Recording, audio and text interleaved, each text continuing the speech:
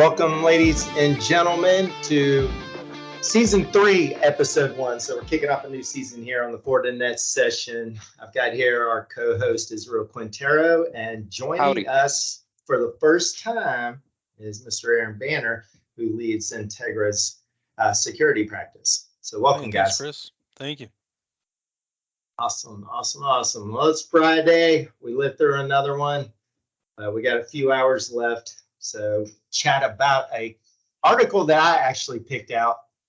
Google, I guess, wanted to tell my phone that I needed to look at this article.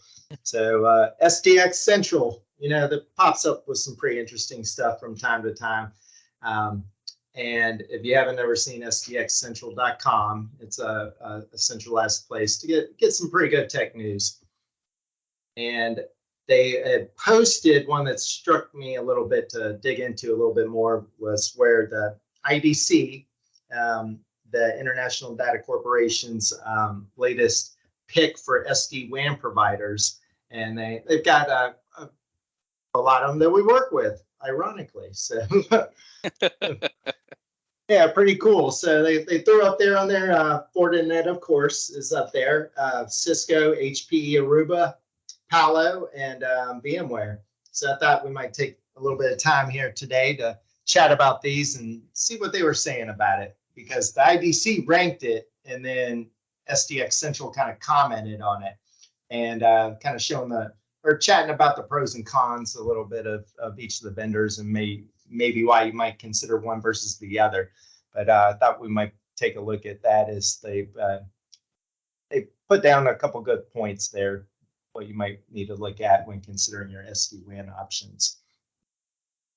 So let's dive on in here and check it out a little bit. So I've got an article by Nancy Liu. She released it on October 3rd. So this is pretty fresh off the press a couple days ago. And, 3 days old. Yeah, 3 days old. That's a lifetime in our world we live in. But it certainly is. Certainly is. But she pointed out that the IDC evaluated 12 leading vendors in the SD-WAN space. And the market leaders here are, again, Cisco, Fortinet, HP, Aruba, Palo Alto, VMware. Those 5 were identified as the leaders. But we got to clarify. Yeah, let's clarify. VMware, we have to say, is VeloCloud. That's what really. Oh yeah. So. I looked at that. I was like, and Viptela is really the underlying engine in the Cisco stack too. So she kind of missed the boat on that a little bit right off the bat, because she's down here pointing out that Cisco, why you might consider them has a prominent SD-WAN market share. They've built a strong heritage in the enterprise routing and networking space. So they offer 2 SD-WAN solutions. And she has it labeled as Catalyst and Meraki SD-WAN. I'm like, is Catalyst really? I mean, maybe today they went ahead and remarketed it. You know how these marketing departments. It is remarketed. It is the Cisco Catalyst SD-WAN. Oh, it was relabeled. Okay. Yeah, it's the 8000 Edge platform, what they call it. That's where they have it at. And then they have, of course, the Meraki SD-WAN. All right. So we knew about the Meraki piece, but it kind of caught my eye on the Catalyst, and I did not research it. So thank you for pointing that out. Very cool. All right. Well, they got their stuff. They got those 2 solutions. Meets a wide range of customer use cases and requirements. Tightly integrated with the security capabilities from Cisco. But she points out their con is having dual offerings has led to customer confusion. Which platform is best? Well, that's why you have partners like XenTegra.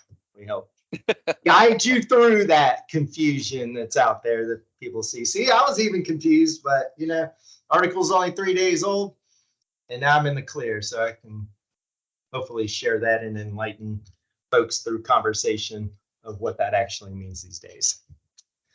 Yeah, I mean, because everybody's trying to get into this game, right?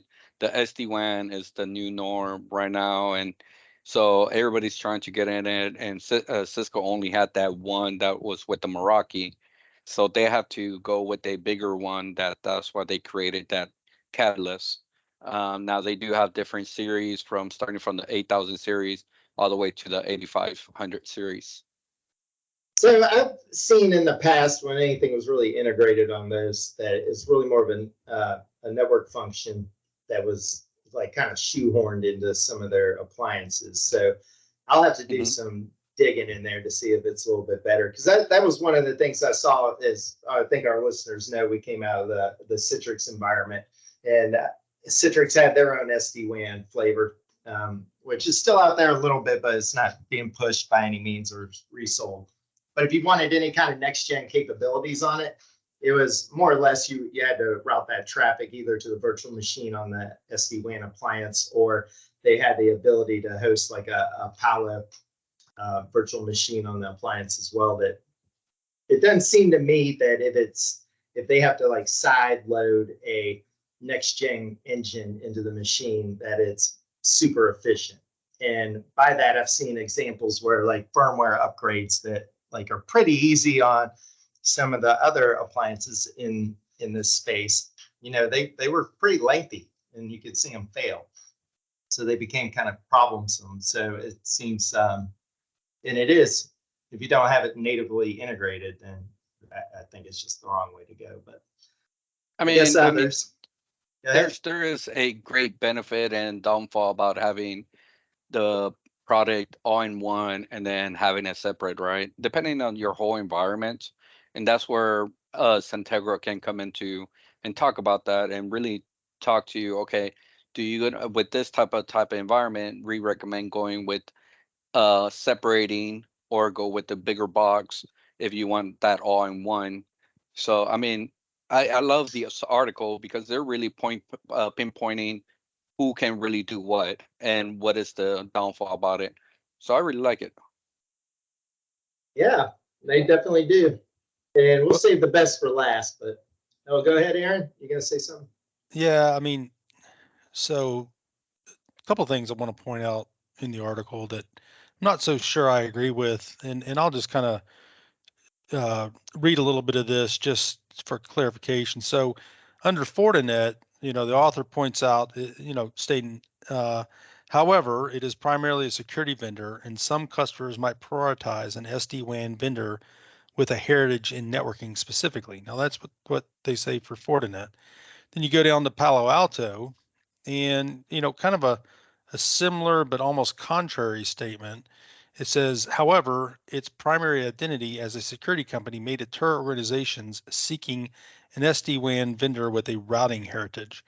So, yeah, I mean, Yeah. I don't know that I so much agree with that. I actually think it may be a benefit if a company that's focused primarily on security is also developing this capability, only because it's going to start with a framework of security at its base Hmm. or at its core. Yeah. Yeah, No.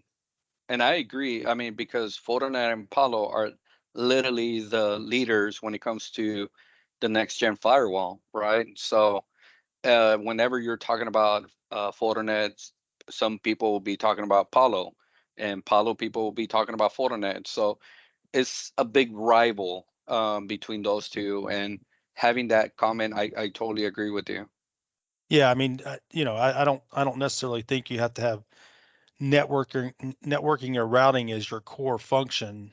Um, Honestly, I believe having security as your core function is an added benefit, not a detraction.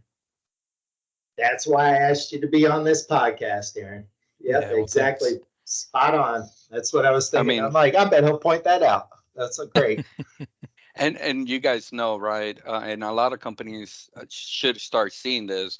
Security should be your first thing in mind, because I mean, you really want to protect that data.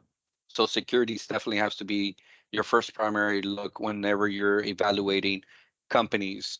So that's why I do agree with Aaron's statement. Yeah, guys. I mean, it is important. It should be first. Look at the HPE statement here. It says that they offer two primary SD-WAN solutions: Edge Connect SD-WAN based on Silver Peak and SD Branch, integrating across Aruba's portfolio of enterprise networking products. The vendor recently acquired Security Services Edge vendor access security for SASE. So it's like those guys that knew how to like route the packets in the past are like, oh wow, we better step our game up here and go buy this company out here so we have some kind of security offering on our platforms. Yeah, yeah, and I mean, throughout this, it does, it wraps in security as something, but almost seems to favor companies with a routing or networking kind of model that is growing security capabilities, as the opposition to the comment about Palo and Fortinet being, just a security company. So it's just interesting. Not saying the author isn't right. Maybe they are. I think that a company with security at its core, I think adds a lot of value to SD-WAN. Oh yeah, but they do. And I I found mean, that because security to build that security takes a lot of time and practice, right? If you already have that expertise, now you can actually expand your wings and actually start getting other integrations to do that rather than you trying to integrate a security into. Now you got to find how to integrate it, how you can do this and do that. So me personally, I think it's better having the security practice first and then starting integrating other features into it, like how Apollo and Fortinet has done. Yep, I agree 100% as well. And then, one of the nice things they say about Fortinet here, that not only is the FortiGate kind of the core foundation of that SD-WAN, but also Fortinet steps it up and calls it secure SD-WAN. And maybe Israel, why is that secure SD-WAN Fortinet's way of presenting it? I think I've got a little bit of an understanding, but do you have any words about that? I mean, I think it's the type of the encryption well, not the type of encryption, but I think the way how they position it and then the layer packaging, how they actually establish it, it could be a great way, and especially their chipsets allows them to inspect things a lot quicker than some of the other vendors. That's why I believe they're a lot stronger when it comes to the SD-WAN because they can separate that type of inspection chip. Yeah, and I'm kind of picking up a little on it too, where like the secure piece kind of comes with its capabilities of being able to integrate with the cloud models a little bit quicker. Like their whole design philosophy kind of started out with integrating with cloud first, security sensitive and incorporating like your SD branch, organizations. So making sure that those extensions of your organization are also safe and highly available. Well, another thing that I really didn't think about is the edge, right?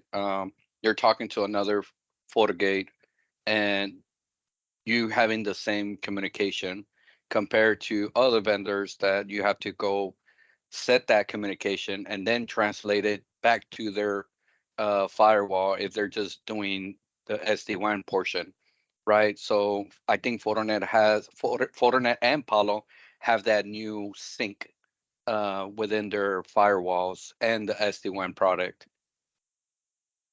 Oh yeah. That's just my opinion. So they've been through a chunk of folks here. I see that they also evaluated Ariaka, Barracuda, H3C, Hawaii, Juniper, Nokia, Versa. They went around the horn here, checking out a couple handfuls of other vendors. I'm surprised I don't see oh my god, what's that company? Starts with, it's like a car name too. Car There's name. another vendor. Yeah. I gotta look it up, but it's a great SD-WAN solution. When I was at Riverbed, they're partner up with them to build that SD-WAN.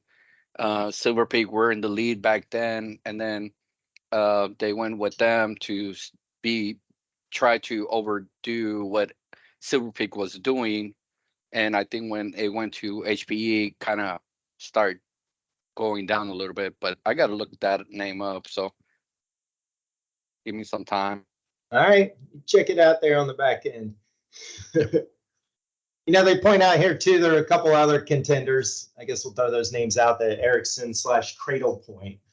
I didn't know Ericsson was with Cradlepoint. I see a Cradlepoint here and there, but not too terribly often. Then Extreme Networks, Netscope were labeled also as vendors to watch, but they didn't meet the criteria to include in the research. Oh no, you did say it was Versa. My bad. Yeah, Oh, Versa Networks. I apologize. I mean, there is a card. That's why, and I don't know why I was thinking of C in my head, but yeah, Versa. Versa is the one that they were partner up. I was very excited when I was back in the day with Riverbed testing their solution. It was pretty nice. Even oh yeah, right now, they're great. oh yeah, yeah, I got it. And then that last one on the list we haven't touched on yet was the VMware piece. So SD-WAN based on technology from VeloCloud. So when I've seen it done right, it's pretty impressive, but it's kind of limited on what it can do because it's got the engines in the cloud. So it's like you're not getting the benefits that we see with the Fortinet piece that's extending into the rest of the network inside of your organization.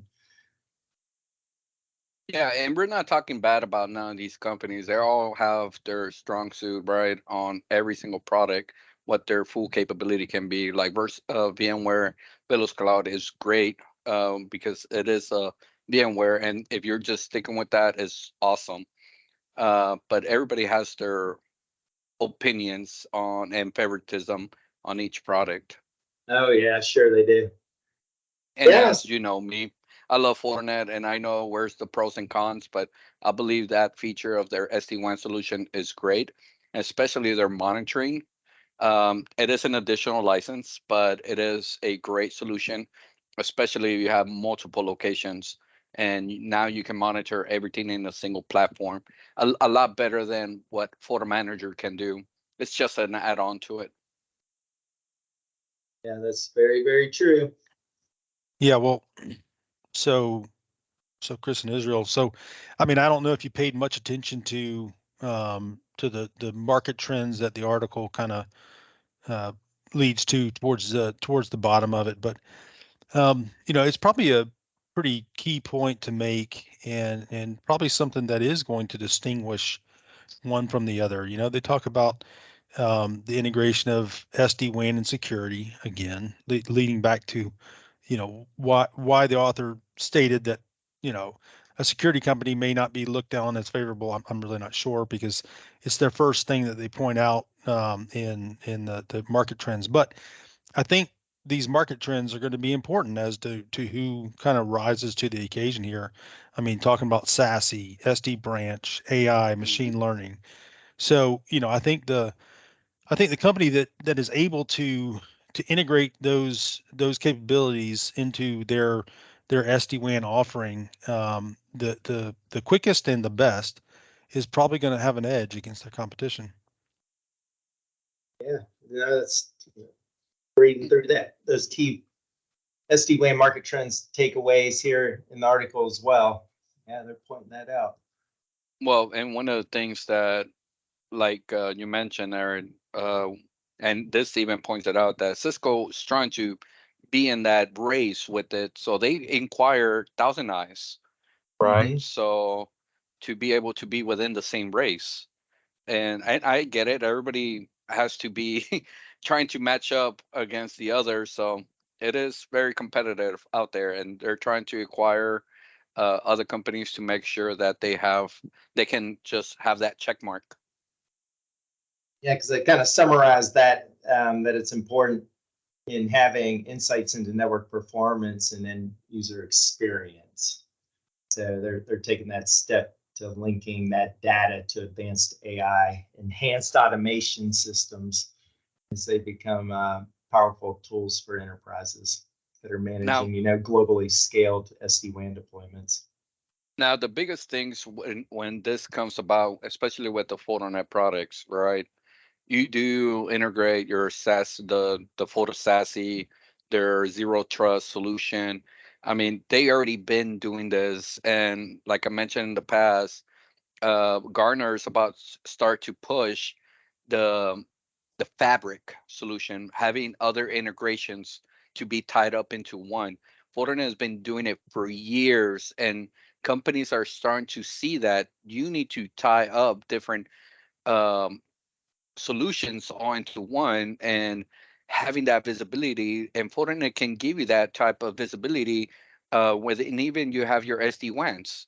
Who logged in? What's the throughput? What is everything within that actual platform? By going with different solutions, you have to actually have an additional license. You have to have an additional uh, portal or not portal yeah, portal to review that information. I mean, and there's other features that other companies cannot do yet, and that's why Fortinet, I believe, is still in the leader for that, because I they have agree. all that fabric together. I agree 100%. That's what's made it so easy and successful for our customers. I can't even count how many use cases where from the customer side, they would testify that their experience with the Fortinet suite just like completely resolved any of the day-to-day operational issues that they had experienced with having multi-vendor solutions all stacked together to try to make them work. Yeah, and for a great example of we just had a call with a customer, and they wanted to do network monitoring. Well, they had different vendors, from the firewall to switches to APs, and they had to buy a different solution to monitor that, Mm-hmm. right? Why not have it in one platform where it can monitor your firewall, switches, and AP? Yeah, I remember that. We had a FortiMonitor call. Yeah, that's right. So even if your existing infrastructure isn't a Fortinet based solution technology stack, there's so many options inside of the portfolio that Fortinet offers that there's something for you. There's yeah, definitely something for you. and not even going with FortiMonitor. I mean, just out the gate with the FortiGate can actually do that if you have the Fortinet switches and Fortinet APs. You have that visibility right there and then. Kind of tackling, I mean, the key delivery platform components of your network there are all, visible and recordable. Yep. Yeah, it's a lot that it does for you. So yeah, it was a pretty good article. Again, it kind of caught my eye, just kind of scrolling through my phone when I unlocked it one day, and I was like, let me check this out. It seemed like a pretty good topic for us to cover. I'll subscribe to it here. I've already hit the link to see what else they can deliver to me. Aaron, besides that key things that you mentioned, what else out of this article do you think is really catches your attention, especially on your expertise? And I'm sorry, Chris, we didn't really introduce Aaron, like what his background. Aaron, will you mind talk about your background? Yeah, sure, Israel. So yeah, I spent 31 years in the Army. I'm recently retired. About 26 of those were active duty and focused on communications, something we do in the Signal Corps, communications and IT, as well as cybersecurity. The last 10 years of my career, I did a lot more in the cyber, the overall full spectrum cyberspace than I had in the past. In the Signal Corps, we were mostly focused on cybersecurity, but as that capability kind of matured in the Army, the some of the Signal folks were pulled into various aspects of how we do cyber in the Army. So yeah, and I did the Army let me do a fellowship with XenTegra starting back in January of 23, and then in June I hired on full time. Started standing up the cybersecurity or the security practice for XenTegra, which I've been doing for almost 4 months now. And I fully retired from the Army on July 1st in 23. So yeah, thanks for asking, Israel. Yeah. No, go ahead, Aaron. Yeah, so I mean, I think I think we've really went through the article pretty well, but what I would say that I pull from this is that there's a lot of companies that are doing pretty well in this space. It seems lots of new technology coming. I'm actually going to attend a summit in Charlotte. I believe the week after next. And the topic is the intersection of AI and security. Um, what I would, if you want a really cool topic, what I would add to that is the intersection of AI, machine learning kind of being a subset of AI, and quantum computing. Um, Oh yeah. I think focusing on that topic, that would be very interesting. And whenever in the future that happens, I wouldn't think it's too much further than the next 5 to 10 years. But when that intersection really happens, there's going to be some interesting movements in the security space as well as just technology as a whole. But to germane to this article is, I think in the SD-WAN space, um, the companies that deliver on security and integration of AI and machine learning really are going to have a big advantage. Oh yeah, no, that they will for sure. It's a key part of the future of the technology stack. Yeah, well said. No, that was really good. Yeah, That's one of the biggest things that I do love is seeing other critiques talking about and not being biased, right? Just staying with different vendors, test it out, play with it, and really give you a great feedback. And tell you, yeah, this is great. But another thing is that I favor a lot Fortinet, but I'm one of the guys that definitely will tell you, yeah, I know with your solution, that solution might not fit because you don't want to get rid of this or you want to maintain this, or we can always help you in any type of shape or form. And especially you want to know something about Fortinet and especially how their SD-WAN features do work. Any company who's wanting to do, we can do a actual class where you can actually have hands-on experience that we can give you a lab that you can access and actually play with it and actually deploy it. That's one thing that we can actually offer. If you guys reach out to us, we can see what we can do for you guys. Absolutely. yeah, great plug. Yeah, and thanks for that, Aaron. That was really informative and super helpful. So yeah, man, it's great having you on here. Yeah. Thanks for inviting me. I really appreciate it, Chris. Yeah. So yeah, the article's not too terribly long. We'll put it up on LinkedIn to share it out so that our listeners will have something to reference to after they're driving or working out, or I've heard all sorts of scenarios when folks are listening to the podcast. But yeah, the link will be up there with the article on LinkedIn, so you can reference it and have your own thoughts about it. And we welcome any feedback. So if you ever want to reach out to us, just let us know. Or be like our CEO. Or just participate in one of the podcasts with us. Yeah, hop on. Oh yeah. Hey. Yeah, talk about your experience on how Fortinet is, and right.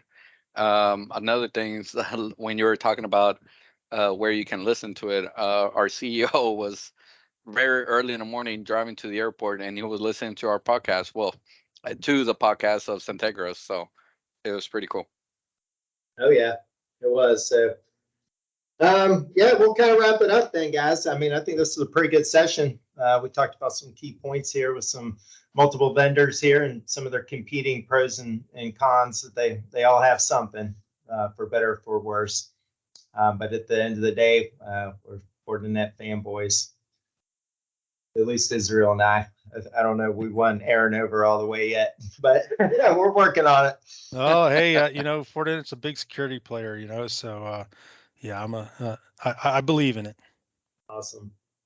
Well, gentlemen, both of you veterans as well, thank you for your service. For sure, I'm the odd man out here today. So, Thanks, Chris. Yeah, guys, this was awesome. I hope you guys have a blessed and wonderful, safe weekend, and we'll do it again soon. Okay. All Talk right. to you later. Thank you.